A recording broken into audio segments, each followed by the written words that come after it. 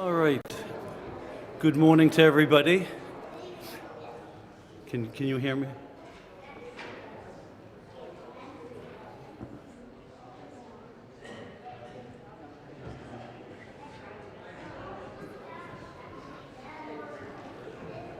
It's a green light. Green light's on? Okay. Good morning, everybody. Welcome to the annual meeting.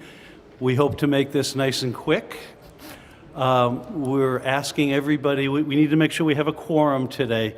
So we're asking everybody who are members, if you just raise your hand and the 3 people will count to make sure we have a quorum of 50 people. Oh, okay. Great, thank you.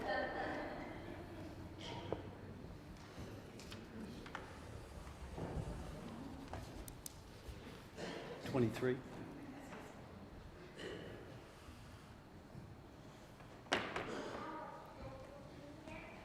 29. We do have a quorum. So we have 19,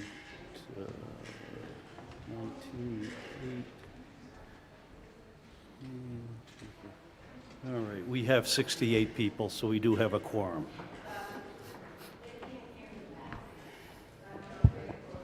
How's that? Is that better? All right. I don't get to play with microphones that often. Okay, so basically, welcome. What's that? Yell. All right. All right. So welcome, everybody. We're going to go over a standard form that we use in past years. And so we're going to start off. I'm going to invite Scott to come up, and he will do an opening prayer and any conversation he would like to have.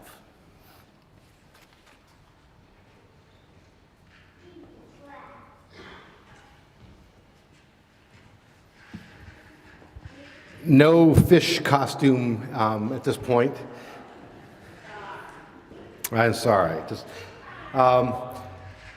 Just wanted to, as we begin, I've been talking about this is a chance for celebration, a chance for affirmation, and I really want to pick up on that. When I was meeting with the search committee a number of years ago, before I came here, the search committee gave me a very clear charge. And that charge was to change the way the people in the community see First Parish Church. Instead of being the church that burned. And the reality is we'll always be the church that burned. That will never change. For some people in the community, First Parish Church will always be the church that burned. But over the course of the last couple of years, we have done some really impressive work so that now there are some others who will know us as that church with those concerts and the church that has the MLK Day of Service and the church that has all of those kids and the church that has the fabulous choir and the church with the adequate pastor. But it's even more than that. For some people, it's the church where they go for dance classes. It's the church where their children go to preschool. It's the church where I was made to feel welcome. It was the church where I was made to feel welcome. And I hope that Jason Lund will forgive me, but I'm going to share the illustration that he told yesterday at his mother's service. I'll abbreviate it a little bit. But he told the story of the day when this man knocked on their door in the evening. It was sometime in the month of January, and Kathy and Ray hadn't taken down all of their Christmas decorations. They still had some of the candles in the windows. And this knock came at the door, and Kathy went to the door, and there was a young man standing there, and he said to her, I ran away from the locked facility where I am supposed to be, so I'd like you to call the police and turn me in. And Kathy said to the man, well, would you like to come in? It's cold outside. Come in. And he said, no, I'll stay out here. But then Kathy got him something to drink and something to eat and something to keep him warm. And then she sat out there with him on the step. And she asked him, what made you choose our house to turn yourself in at? And he said to her, I saw the candle in the window, and I knew this would be a safe place for me.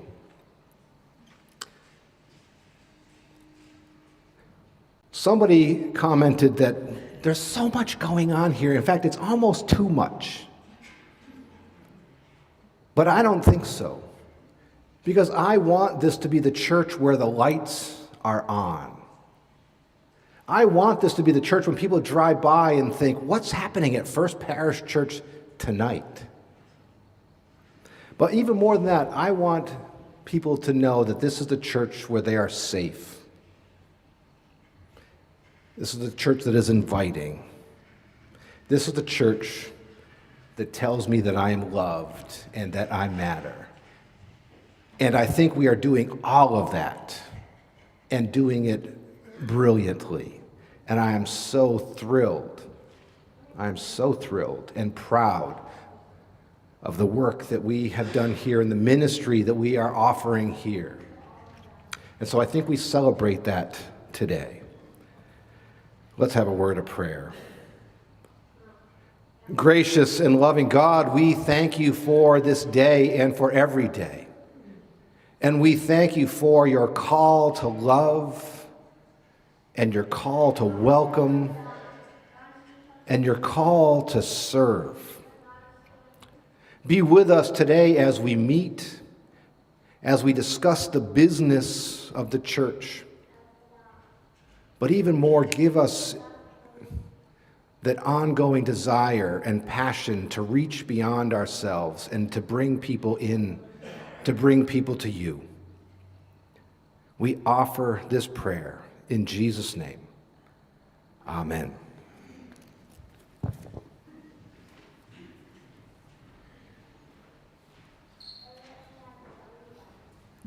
Thank you, Scott. Okay, so we will, in your annual meeting packet, there is the minutes from last year. If you would look at those and see if there are any changes that need to be made.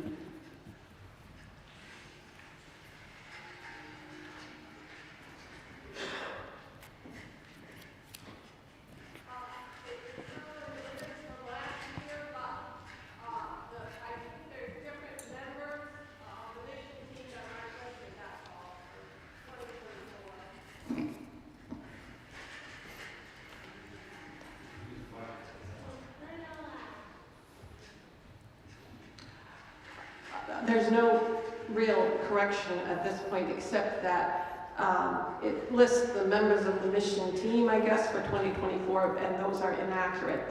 The members of the team is not correct. Looking at the minutes from last year's meeting. Right.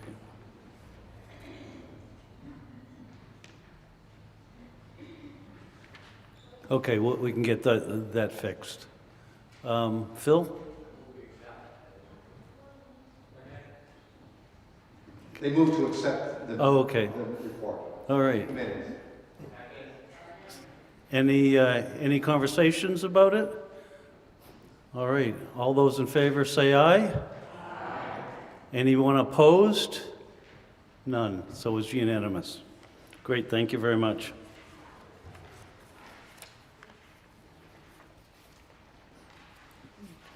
All right. Peggy, there you are. Would you like to read the clerk's report?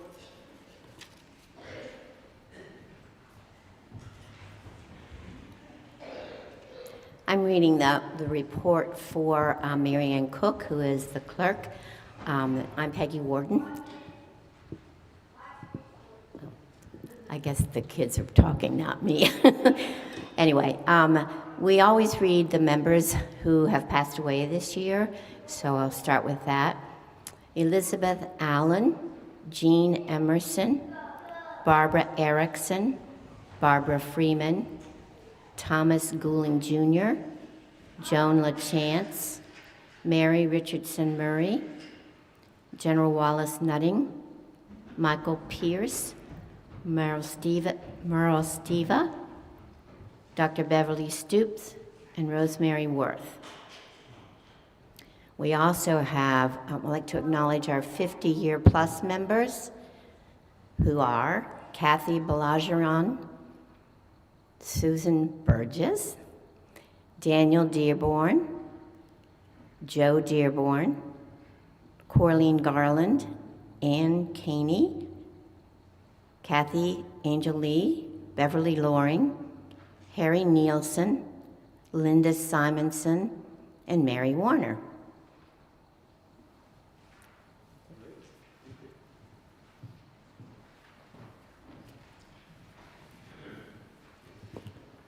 Thank you, Peggy. Amy, if you would like to do the... Oh, okay.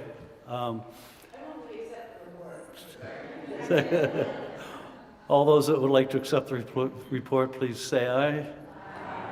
Anyone opposed? None. Unanimous. All right. Thank you, Amy.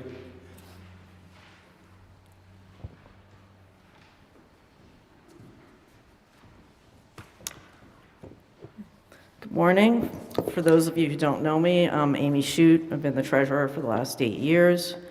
There are extensive pages in here that comprise the treasurer's report. It's basically at the end of the numbered pages. So after you get past page 30, you'll see numbers. There's a report called a balance sheet that lists all the church's assets, and then it carves them up into what teams have how much of those assets, control them. And then there's also detailed, there's about 8 pages of detailed income and expenses for 2023. 2023 was budgeted to be a deficit year. We thought initially at the outset that we would have a deficit over $40,000, and the year didn't end up that way at all. Pledges came in very strong this year. Cash collections, which are contributions from people who are just visiting or from members or other friends of the church who just don't make a pledge. We just had a pledge drive. If you didn't fill out a card, gifts that you give are not considered pledges. Those are considered part of the cash collections, loose cash and checks. So those were very strong this year. Rental income from some of the community groups was very good as well as our longstanding relationship with Spurwink. So because income was up and some of our expenses were down, many of them were unplanned expenses that were down. For instance, we had a long time very good employee is no longer in that position, and that we now have a vacant role. So that's part of what's contributing to reduced expenses, as well as many teams just not spending everything that they had requested for the year. So because of that, 2023 actually ended, as far as budgeted income, with just under $442,000 of budgeted income. Total budgeted expenses were $394,000. And again, that includes some things that were not part of the budget. So as many of you know, downstairs there's been some water damage from some longstanding drainage issues. $20,000 has already been spent as part of that cleanup. We'll talk about 2024 when I'm back up here in a few minutes, but we've already started paying for some of that cleanup. And again, I'll talk more about what we're planning for 2024. Those of you who are newer, if you look closely and you talk about like budgeted income, things like the Christmas fair, the concert series, the bean suppers, some of those activities aren't actually part of the 2023 budgeted income. Those are team activities that are non-budgeted income, and then the expenses related to them are non-budgeted expenses. And those are what end up creating these rolling funds that different teams have. So that is something that's not typical for every single church, so that's why I bring it up. We are asking, let's see here, I don't want to talk too much about 2024. So I think I'm going to leave it at that for 2023. Again, 2023, we ended up coming out about $70,000, $80,000 better than we'd budgeted. So it was a very strong year. And again, those of you who are in positions where you're approving expenses and so on for teams, thank you for being good stewards, and please continue to do so going forward. Anybody have any questions around the 2023 financials? Just wait 1 second, we'll get you a microphone. I'm surprised that we pay taxes on the parsonage. Is that not covered under a nonprofit exemption? The nonprofit exemption applies to the church itself, so there is no property tax bill for the church. What the state of Maine provides is an exemption for a church, for a parsonage property that's similar to the homeowner's exemption. It's about $20,000 of the property value is excluded, but the city is permitted to collect property taxes. There was a technical error for a year or two when Scott initially started living there, and they actually excluded it from the rolls, but that correction was caught, and it is appropriate, and it is permitted under state law. Thank you.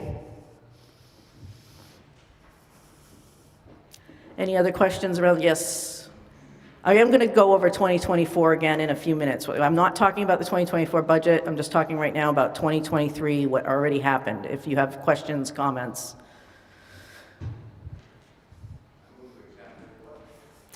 I've got a motion to accept second. I guess, would you like to do the vote? All right, all those in favor, please say aye. Aye. Anybody opposed? Unanimous. Great, thank you.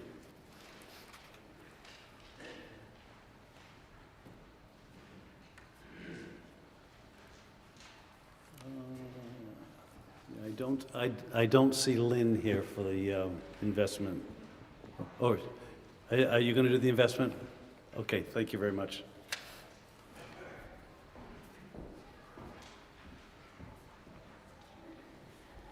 Good morning, everyone. I'm Allison DiMatteo, and I'm a member of the First Parish Investment Team, which is also combined with the CCMG team. Lynn Slinsky is out of state right now, so she asked me to present the report today. Lynn's the chair of the team. Our report is on pages 15, 16, and a little bit of 17, and I'm going to just hit the highlights. We had a good year in our investments in 2023 because all the major indices were up. So because we're mostly invested 60% in equities, in stock funds, we had a good year. The remainder of our 40% is invested in bond funds as well as in a small amount of fixed income money market type funds. For those of you who don't know, the investment team members don't actually manage the investments. We have an outside advisor, Robinson Smith Wealth Advisors, who we pay to give us financial counsel. So that is a way that we get some expertise that doesn't have to rely on the members of the committee to be investment advisors, and it also gives us a little bit of checks and balances in terms of just the open communication about where the money is. So we had a good number of gains this year. The gains for our portfolio in 2023 from December 31st of 2022 or January 1st of 2023 to December 31st of 2023 were around $131,000. So in those years where we have gains overall, we do allow our legacy fund to be able to have available interest to the teams that can use that in 2024. So you'll see on page 16 under legacy funds in that table the available interest for 2024 that will be available to teams that have that. One change in our investments that we made this year was we simplified where the money is. We did have some money in Infinity Federal Credit Union for several years after the church burned. That money was combined between building fund money that the facilities team managed. They took their share of that money out and put it into their rolling fund, so that was no longer an IFCU. And the only thing that was remaining in there was around $30,000 worth of just fixed, just cash that we had for the investment team, and we ended up closing that CD that we'd had for several years in a row and rolling that money into a separate money market fund within our Schwab portfolio. So now 100% of the investment money is in Schwab, which makes it easier for Robinson Smith to manage and for us to manage as well. Lastly, we had asked Robinson Smith Wealth Advisors to take a look at the part of our portfolio that's not legacy funds, which is our general fund.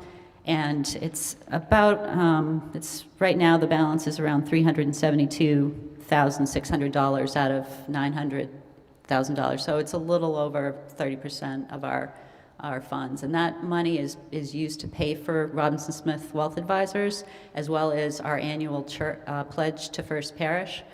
Now, historically, that pledge has been 5% by the bylaws.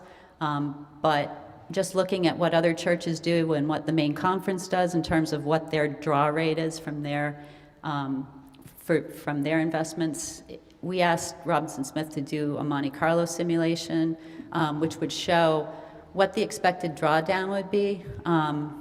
So Monte Carlo simulation basically says, you've got this much money in an account, how much do you draw from it, how much do you expect to draw from it every year into the future, and what is the expected interest that you're expected to get from that? And it kind of rolls it out several years and sees whether your money's going to be losing value over time or whether it's going to be gaining it. And what we found in here, and you can see this in our report, was that we were going to be drawing down our general fund over the next 20 years or so, and basically running out of money in the general fund the way it was going.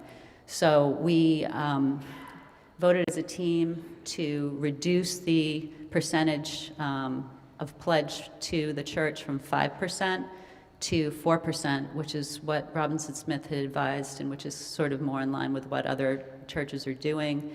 So that 4% is where the pledge amount on page 16, the $14,800, it's actually $14,845.90. That 54 should be 45, and that's correct in the actual body of the report.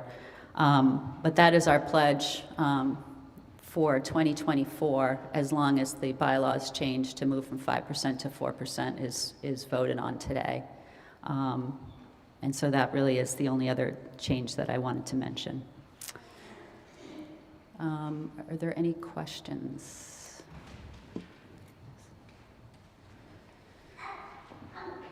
With that change in the draw rate from 5 to 4, how does that affect the Monte Carlo projection in terms of the sustainability of funds? It's a good question. I'm trying to see if Lynn had it in the report, and I don't see. So basically what this report says is that adding just $30,000 annually would increase the probability of success from the probability of success, meaning that we wouldn't run out of money, was only 33% with our current situation. Adding another $30,000 annually would increase that success rate probability up to 79%, but really only $2,000 or $3,000 is what we're saving by going from 5 to 4%. It's not very much. So what this report is kind of saying is we need to, as a team, figure out how to find other ways to put money back into that general fund outside of just reducing, because we don't feel like we can reduce the pledge anymore to the church than we already are proposing. So it doesn't really answer your question, but... No, thank you. That's very helpful. Okay.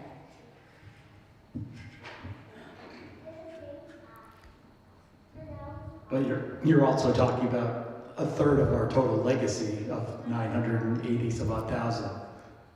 That's the general fund of the 380 versus the 980 overall, Allison, correct? That's correct, right. And the difference is that when we have a year where we don't make gains overall, we don't allow any spending out of those legacy funds. So it's sort of a natural protection of those funds that you can't spend when we're in a down year. But the general fund gets spent every year because we have to pay the investment advisor and we have to pay the pledge. So even when we have a terrible year, we're taking money out of that fund. So that's part of the issue, I guess, is yes, they're separate and it's a smaller part, but it's an important part because it's that consistent, way that we pay for those things.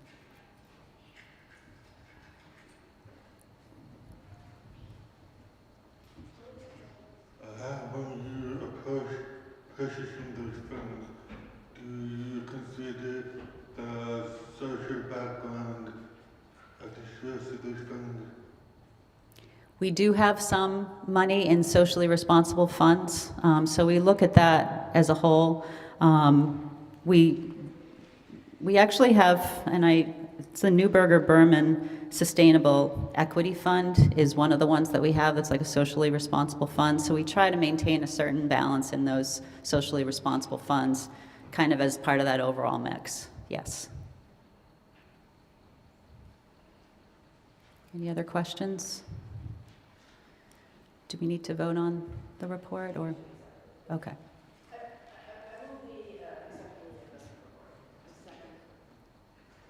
Any further discussion? All those in favor? Any opposed? Motion passes. Thank you.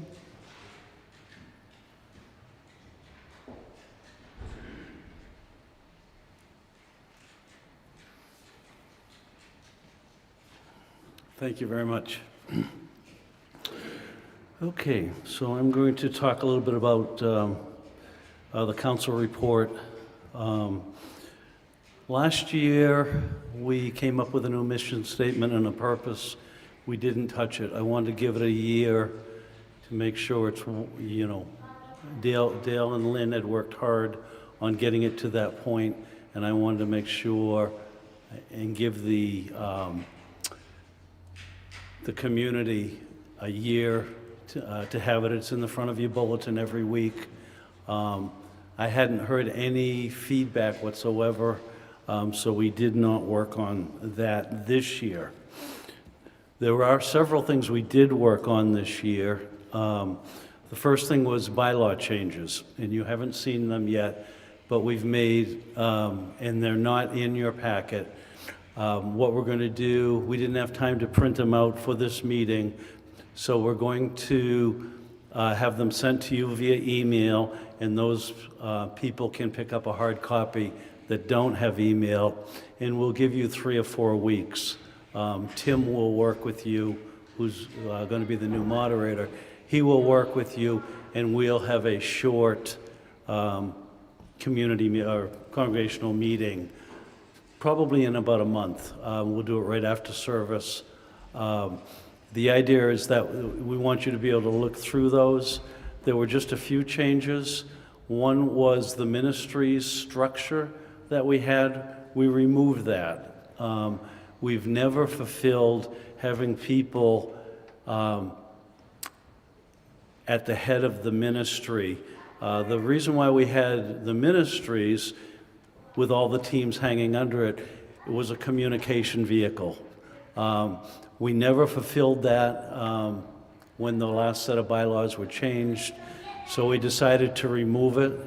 And instead what we're doing is every quarter we're asking all the team leads to come to a council meeting.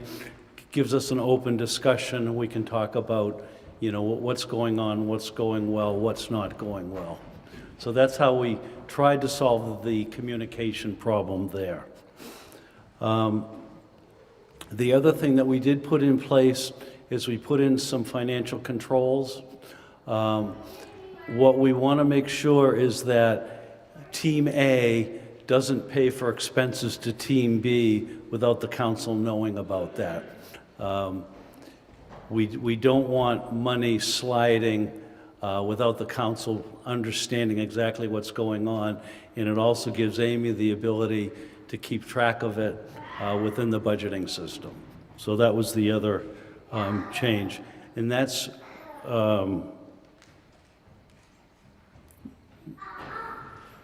the other thing that we did is we merged some of the teams together. Having 200 members, but having 17 different teams makes it very thin for some teams to get enough people to work effectively. So we did merge some teams together.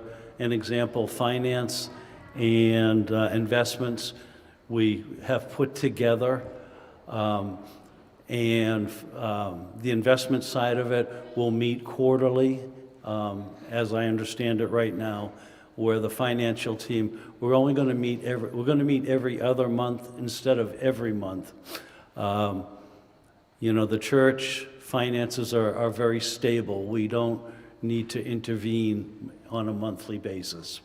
Amy does a fabulous job in that regard. So that's it for the bylaws. You'll see a copy in the next week or two, and then Tim will announce when he would like to have the congregational meeting for that.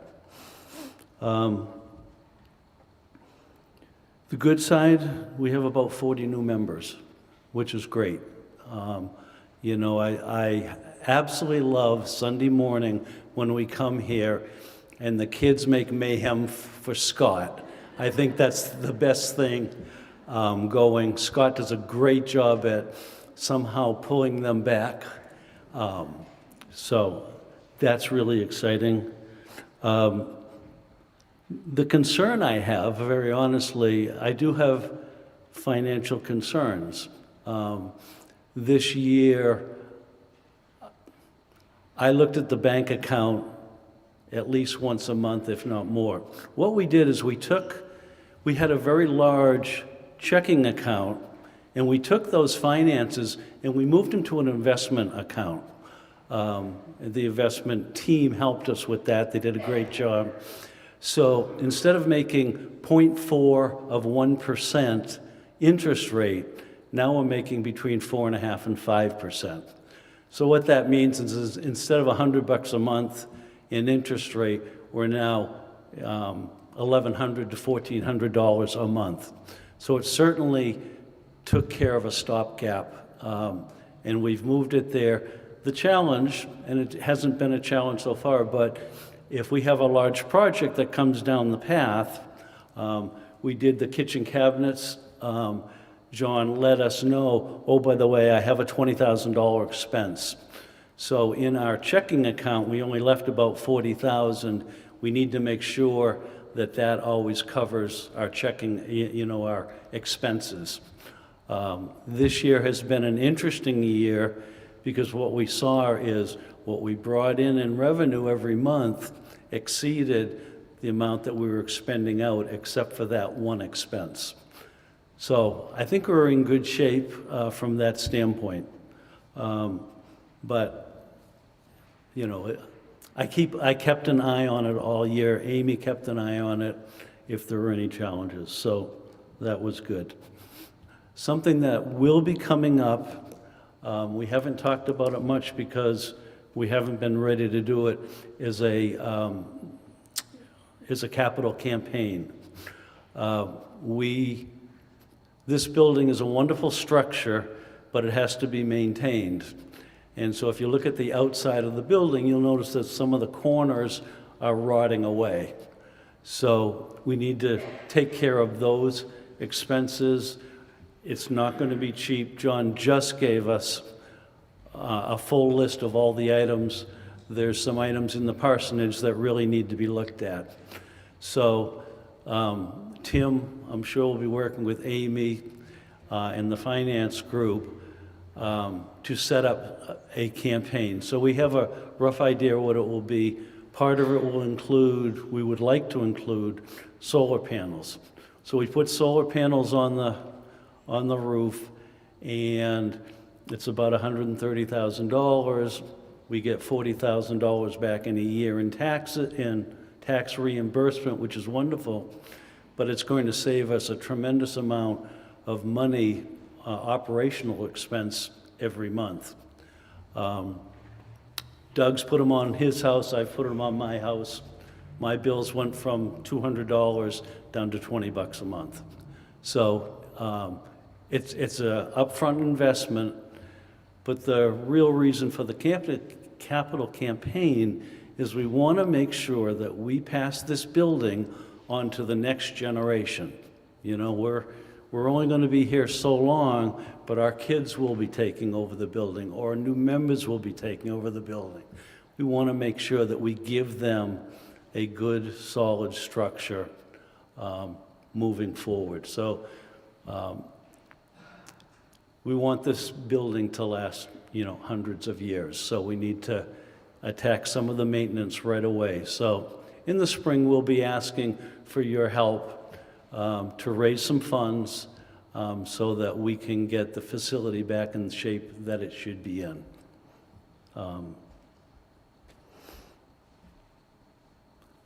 And that's it for that.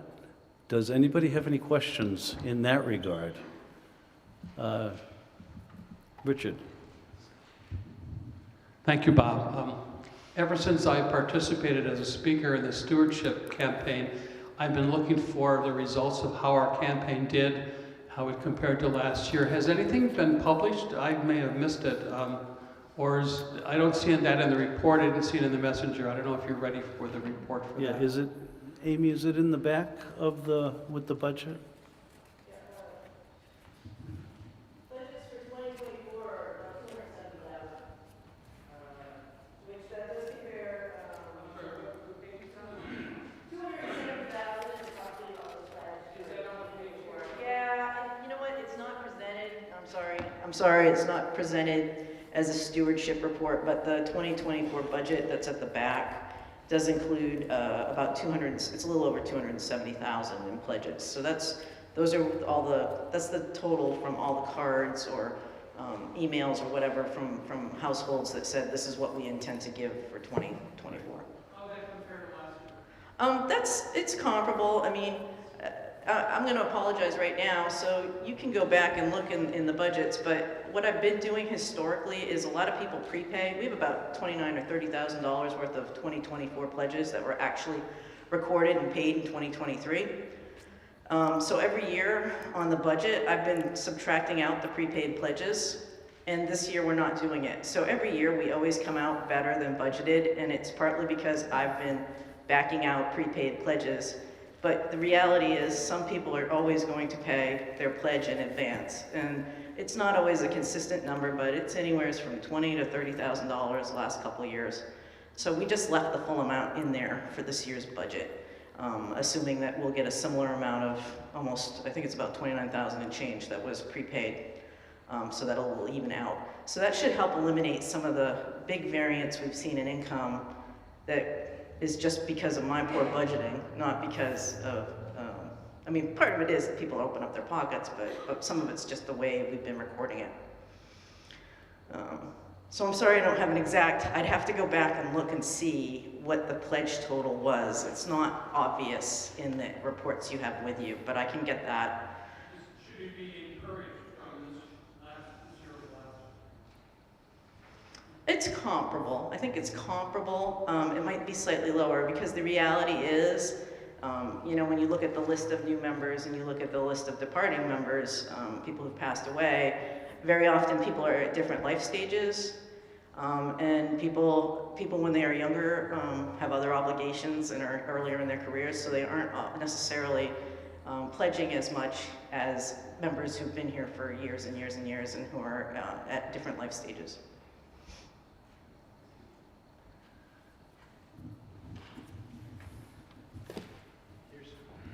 Here's a way to tickle the same question from the other side of the room, and that is not in terms of dollars comparable, but are we at the same level in terms of pledging units? And that I didn't find in the report, which is fine, but I know that's been one of the goals, is to increase the number of families that actually participate in the pledge.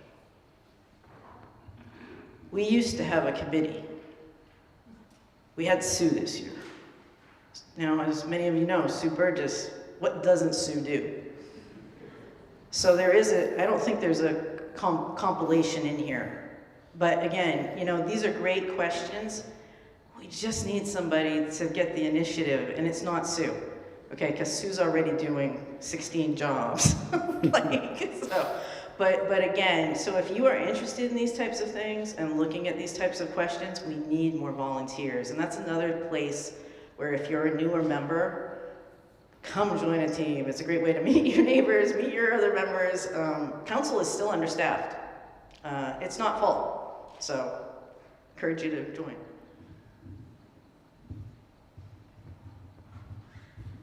This question is not about money.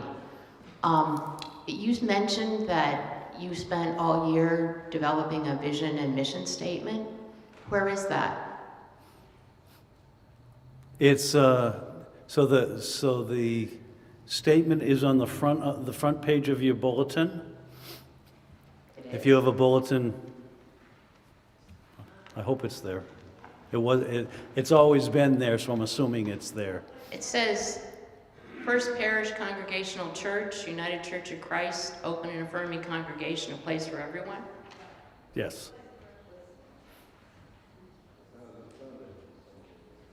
Okay, well, I'm just curious, because over the years, we have had many surveys. While I was on the mission team, we did them. We've had surveys and questions about what is your vision, and we never hear results, so I was just curious. Yeah. Last year, we discussed it in council. Dale and Lynn led it. 2020, yeah. And there was a lot of conversation.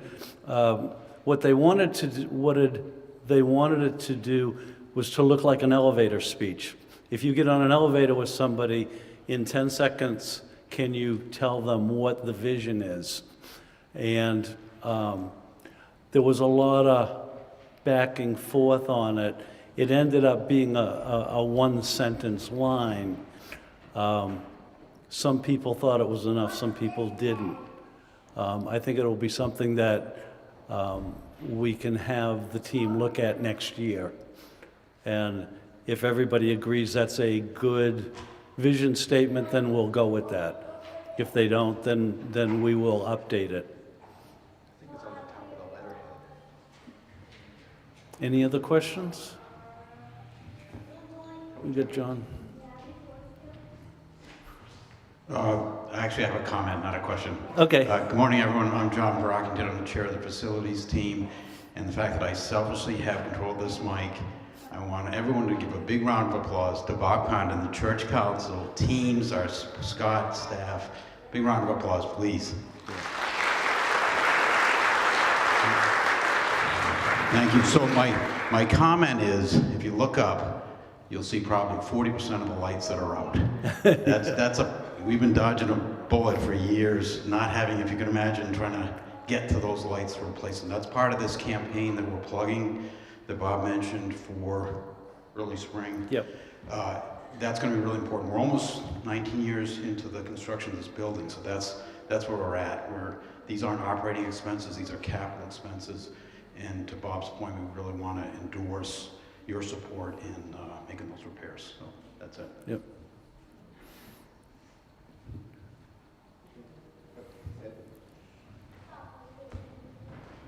I'm curious, did we have to take any money out of the investment portfolio last year to pay church expenses? And do we anticipate that this year?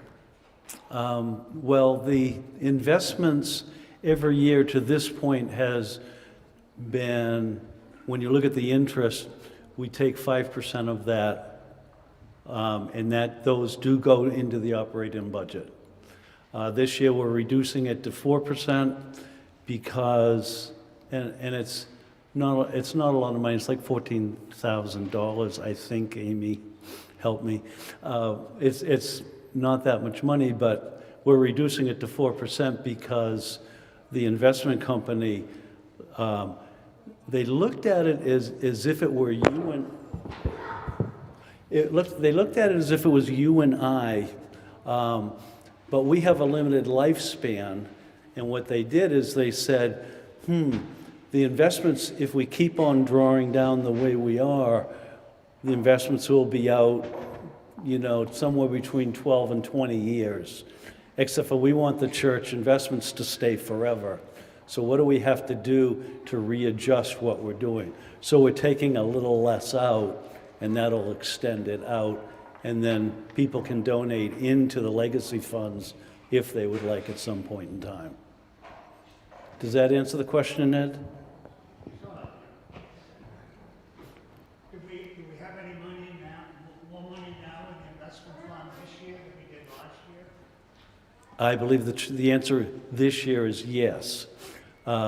We are, like the JA fund is a fund that Mary and Bill Johnson, they put money into this fund, and it's been growing, and it's used for spiritual endeavors. I just can't easily see that.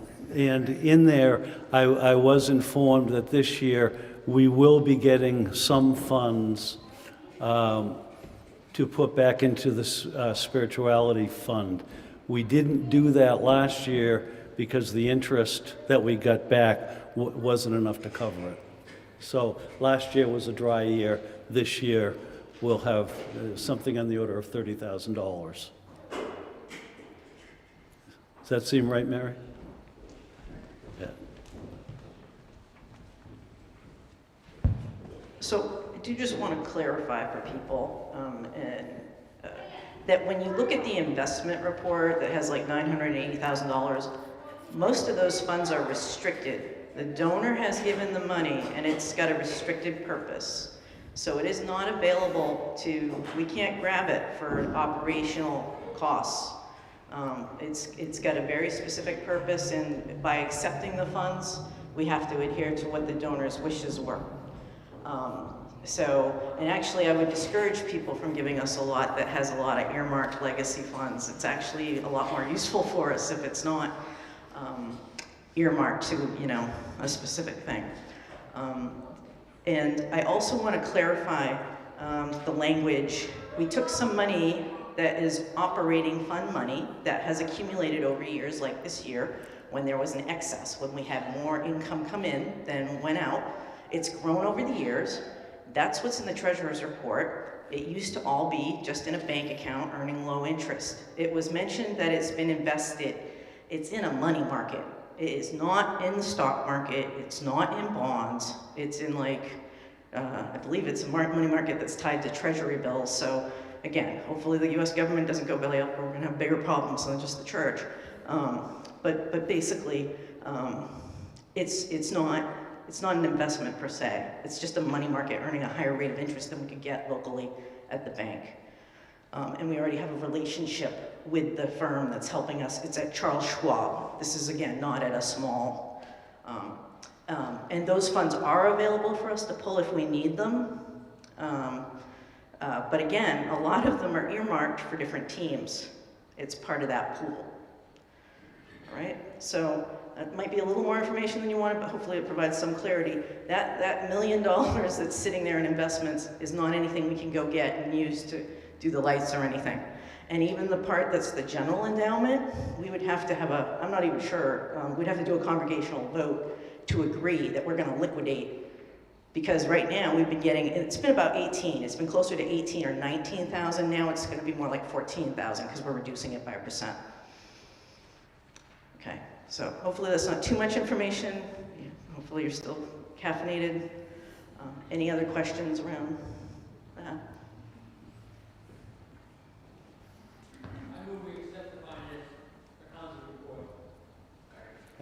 He moves that we accept the council report. Okay. Second over here. Second here, okay. Anybody have any additional questions? All right, if we don't, please say aye if you accept the report. Aye. And anybody that does not, it's unanimous again.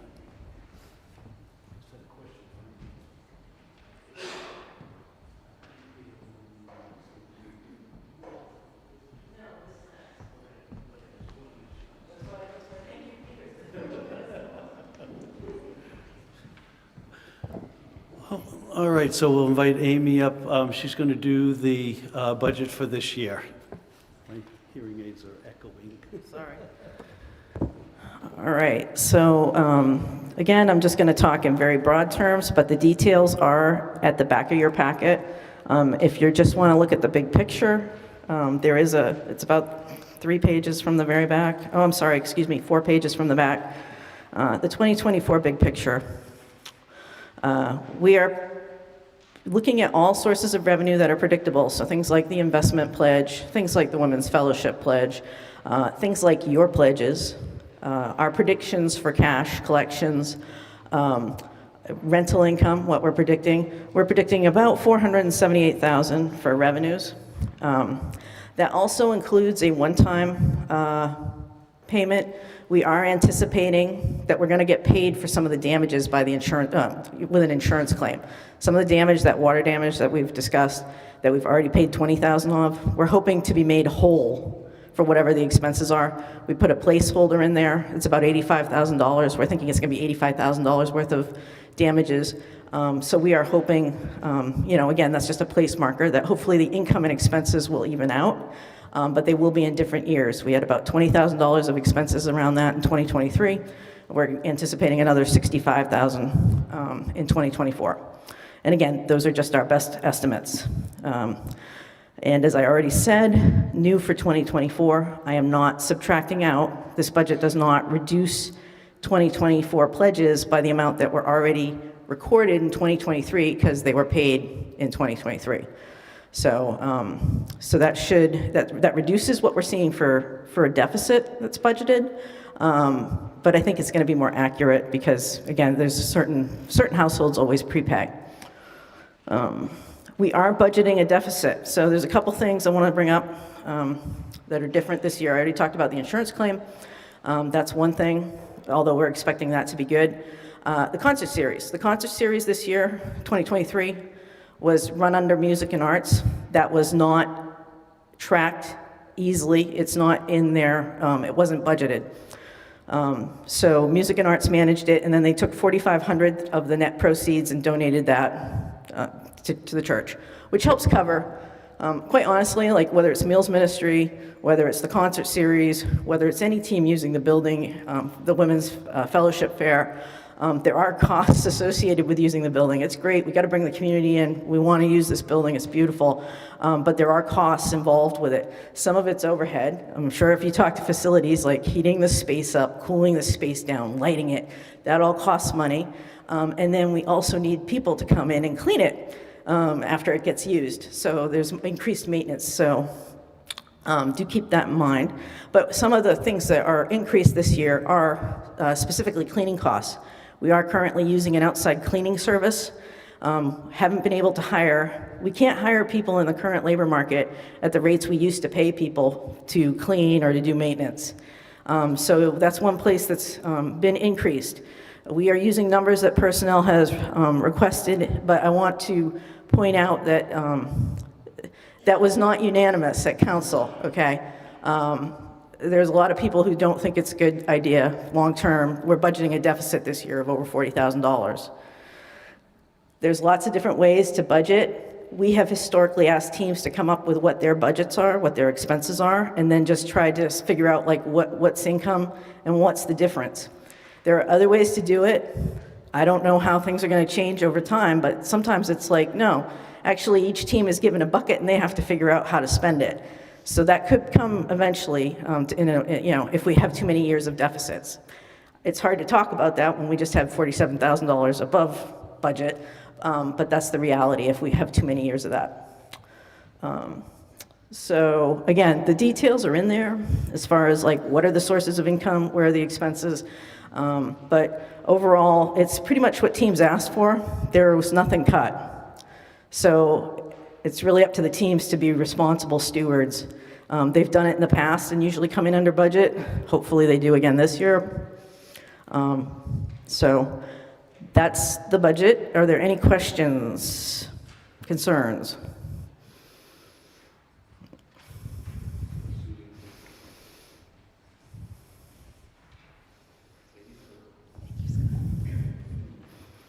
Amy, I'm sort of new to this process, but could you just explain, there's a sentence here, 119,752 represents rolling funds. I'm not exactly sure what rolling funds are and how that relates or doesn't relate to the deficit. Sure thing. So rolling funds are what we at First Parish call, okay, so every fund, every team, so like facilities, we're going to approve an operating budget for them, and personnel, we're going to approve an operating budget, and it's use it or lose it. They either spend that money, and it doesn't just automatically roll over to 2024. But then there are other pools of money. So again, facilities already got a donation this year toward a capital campaign. That's not part of the budget, and that does roll forward. That's why we call them rolling funds. The music and arts concert series and the Women's Fair, Christmas Fair, each of those teams, that's not budgeted income and expense. It rolls forward. So if they have more income than expenses, they get to keep it, and it's in their little bucket. And that basically, where you can find it is back on, there's a balance sheet, and it's probably about 10 pages from the back, but there is a balance sheet, and you can see, again, the operating balance is what we have available to support the church operations, and that's $248,000 and some change. But then there's teams are carving up all the rest of it. So Christian Ed still has $4,800 and change. There's $12,000 available for facilities. There's different buckets that each team has. This is not typical for every church. This is different. I have not, like, people who've come from other churches. So that's, again, something that's just evolved over time as part of the structure. That's just how it is for now. So that's what that is. It's not part of the budget. It's money that is, it's part of the $368,000 that still I can't use it to pay salaries. I can't use it to pay the CMP bill. So the rolling funds currently total the $119,000. That's correct. The church budget will be in a deficit of $47,000. But this $119,000 doesn't go towards that deficit. That's correct. It's up to teams. So we have asked teams in the past, and one of the reasons we didn't come out with a deficit this year is that both Music and Arts and Christian Ed had even bigger rolling funds last year. They self-funded. So they gave $4,500 from each of their teams to the operating fund to pay for their expenses. Okay, so we have at times asked teams to use their rolling funds for operation costs, but we have to ask. We can't just go get it, the way we're structured, okay? Okay, thank you. You're welcome.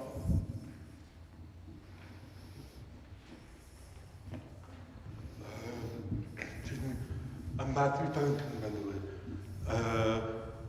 Regards to the restrictive gift that the church get, are there any mandatory spending that has to be performed with those gifts?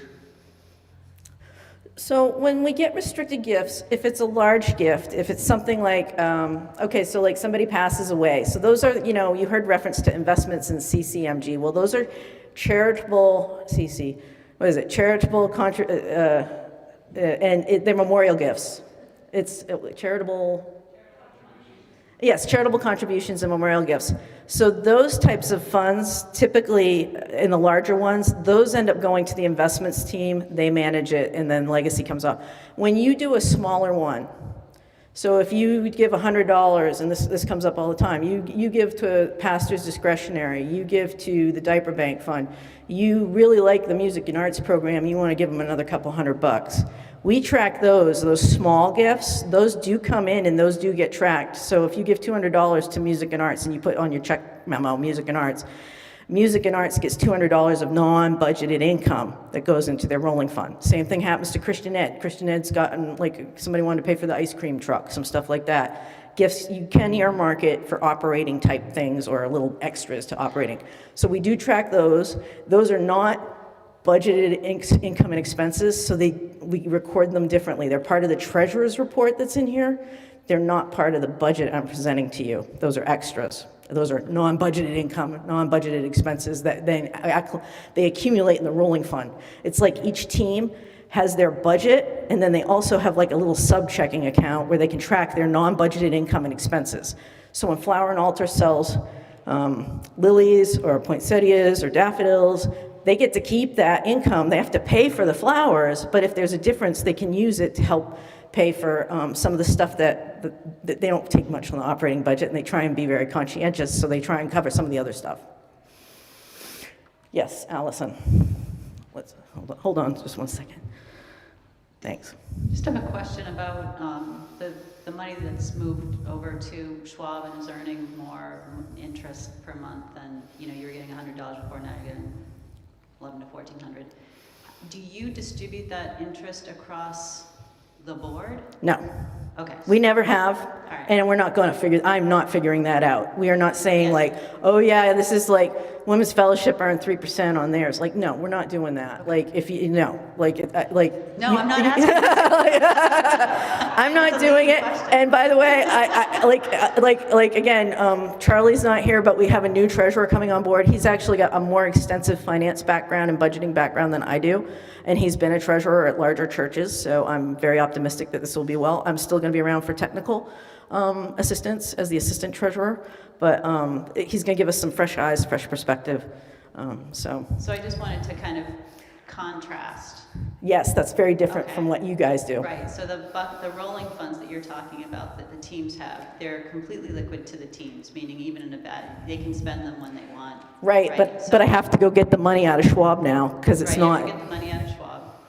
But in contrast with the legacy, the restricted legacy funds, those, we do calculate we prorate the gains that happen each year across the legacy funds and the general fund based on the percentage that they have.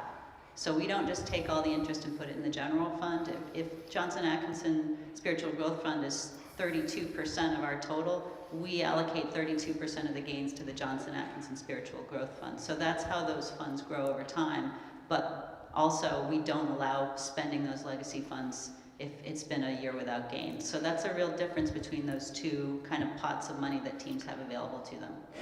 The other thing is that, like, again, the investments team and that whole endowment piece has a lot of regulations at the state and federal level around it. And so that's why they're doing those types of allocations of the interest and the earnings. We are not going to do that on the checking, because again, this is our decision internally to do rolling funds.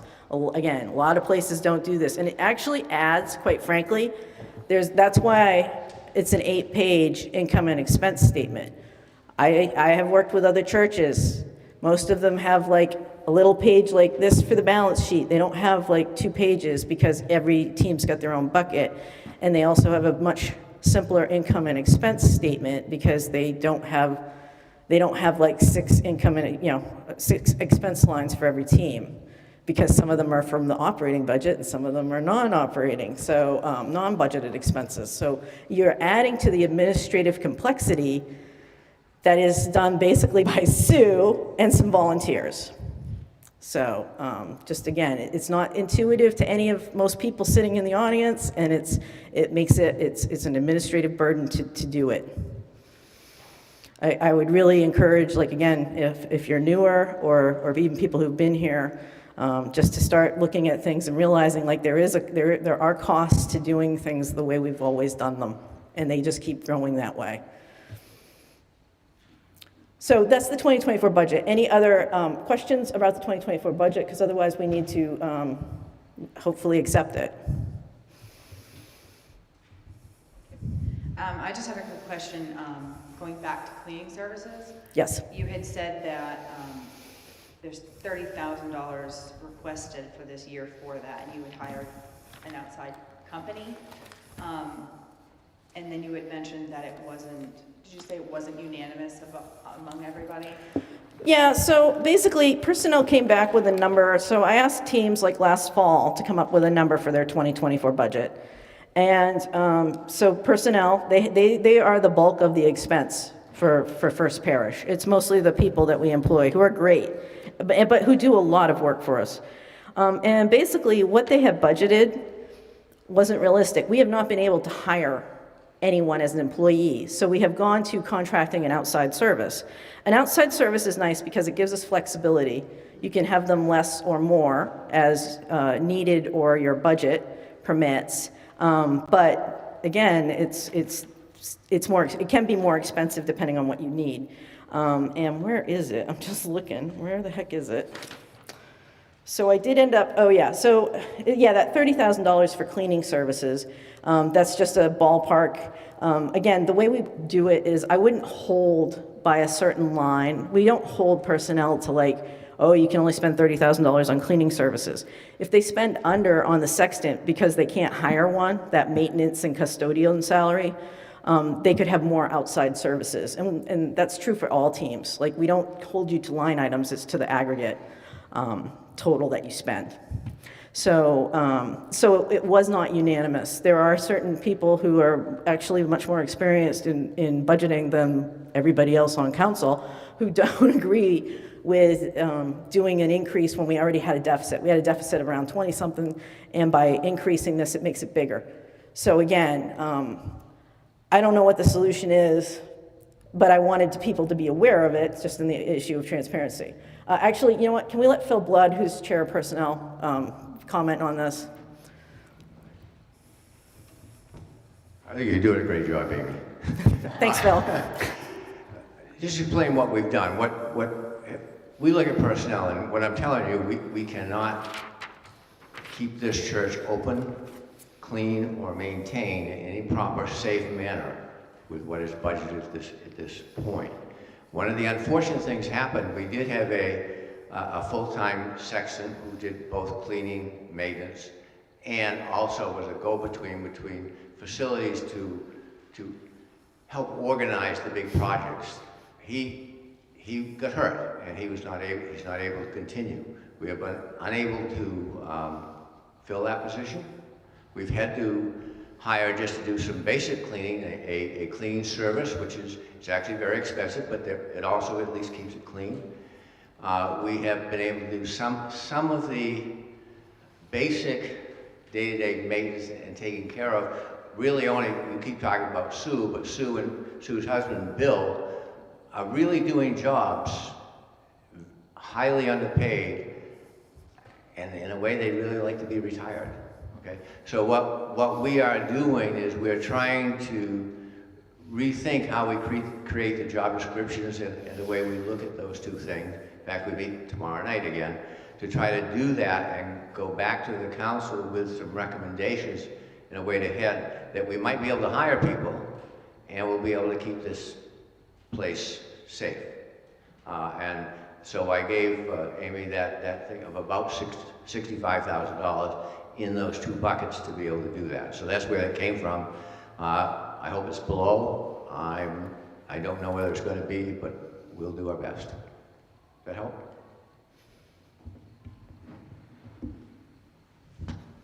I mean, we've had years where we've had, you know, especially before Pastor Scott came, we've had years where we had these kind of deficits and we went through and we cut and we didn't give our employees any pay raise.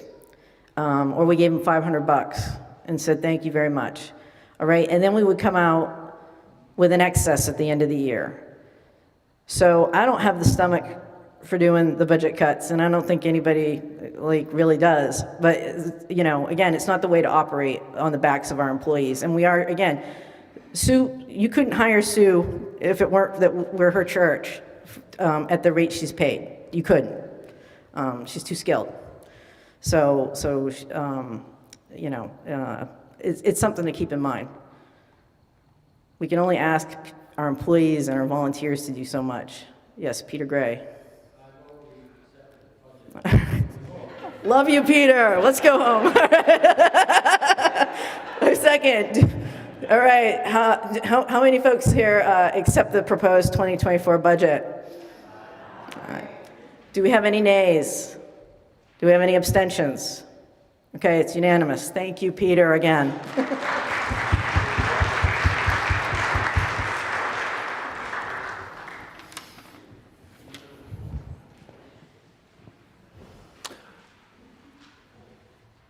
Okay, so we, yes.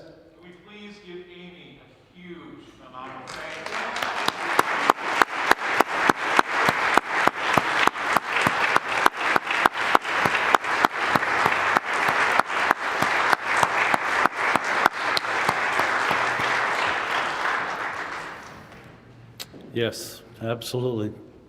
I believe that you've been doing this for 8 years, so that's a long time. So the next point is to elect new officers that are coming in. So I'm going to invite Tim McGee up and Tom Kirscher. Tim is going to be the new moderator, and I want him to come up just so you see faces. Tom is going to be the vice moderator, which is wonderful. Charlie Carter is going to take the treasurer's position. Charlie has a lot of experience in not only commercial finance, but he's managed many churches down in Massachusetts with multi-million-dollar accounts. So unfortunately, he had a death in the family, so he wouldn't be able to make it today. You'll get to meet him later, but really good guy. He's been working with Amy and the finance team to try to introduce him to the system. And, you know, he's coming up to speed very quick, so that's going to be great. So, Tim, if you and Tom could come up just so they know who you are.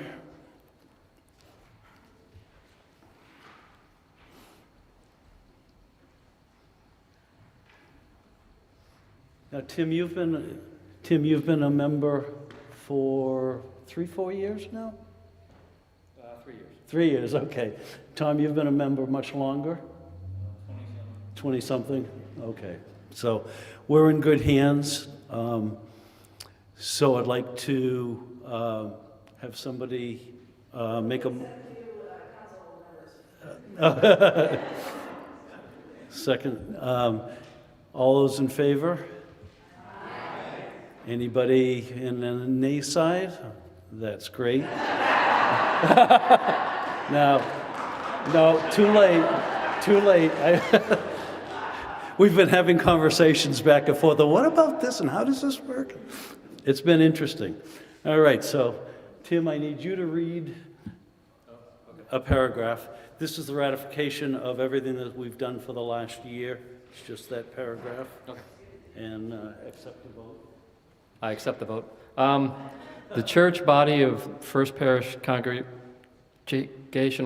Church of UCC, Saco, Maine, resolves that all acts taken by the church body, church council, ministries, teams, task force groups, and other organizations of the church thereof, and any of the officers of this corporation on behalf of this corporation since the last annual meeting be and hereby are ratified, confirmed, and approved in all respects. Vote? You take the vote. Okay, I'm it? I'm running the rest of the meeting? Did not know that. Was it? Yeah. And that's it. Are there any additional questions, concerns that you'd like to bring up while we're here? Mike, I just want to renew in your hearts a hope, how grateful we all are for this church. Yes. Being a retired pastor for 40 years, I'm still in contact with a whole bunch of pastors and churches across the country, colleagues and friends. And when I tell them about this church, they say, whoa, what are you doing up there to have the strength? Because I talk about our music, I talk about our education and our youth and the wonderful place we have for worship and our pastor. And you know what? In today's world, post-COVID, it's not happening out there.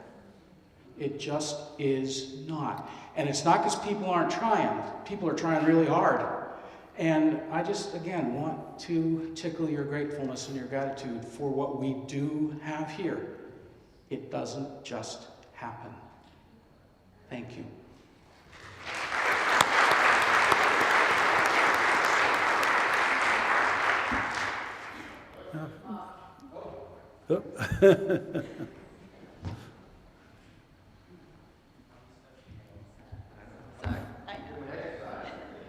I just want to recognize and express our appreciation to Bob Condon and also to Marjorie Condon, who are both stepping down after many very dedicated years of service to this church and to us. So thank you.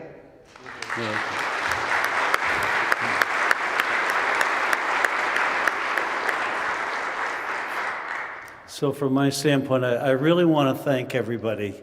As Gordy said, we have a really special place here. It's been kind of a hard year at times. It's been an easy year at times, but it's a great church. And I've enjoyed serving here. We will be involved in something else, but we're going to take a little time off. Everybody's been that we know here has been really a treasure, and we really appreciate everything. This church has a wonderful way of accepting people. We had people in at the door today that were saying, we're not members yet, but can we attend the meeting? So that's a good thing. I think word is out that we are really a terrific place. I have to thank Scott. He works really hard. He's just fabulous with the kids. So,